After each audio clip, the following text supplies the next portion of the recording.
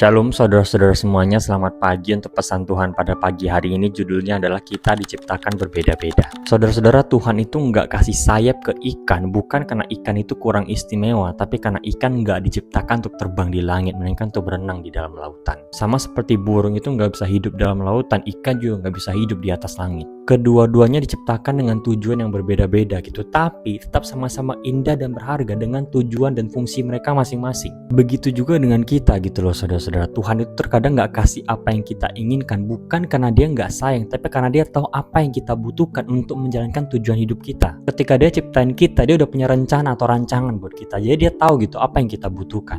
Tapi yang jadi masalah ada seringkali kita banding-bandingkan hidup kita dengan orang lain, banding-bandingkan apa yang kita punya dengan orang lain. Sehingga ketika kita melihat kehidupan orang lain yang kita bandingkan dengan kehidupan kita merasa diri kita kurang. Seakan-akan kita jadi pengen sayap, padahal kita nggak diciptakan untuk terbang, melainkan untuk berenang.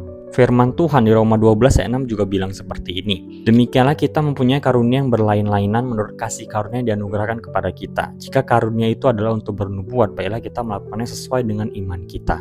Jadi Tuhan itu udah memberikan karunia yang berbeda-beda kepada tiap-tiap orang sesuai dengan kasih karunia dia. Jadi nggak semua orang Kristen itu harus jadi pendeta gitu. Bisa kok kita jadi orang Kristen dengan bekerja sebagai pengacara, jadi polisi dan lain sebagainya. Setiap karunia itu berharga kok, setiap peran itu penting. Jadi karena hanya apa yang kita lakukan, nggak mendapatkan apresiasi seperti apa yang orang lain dapatkan, bukan berarti yang kita lakukan itu salah atau nggak penting. Jadi nggak perlu iri gitu dengan panggilan orang lain, nggak perlu iri dengan karunia orang lain, nggak perlu iri dengan sayap yang orang lain miliki.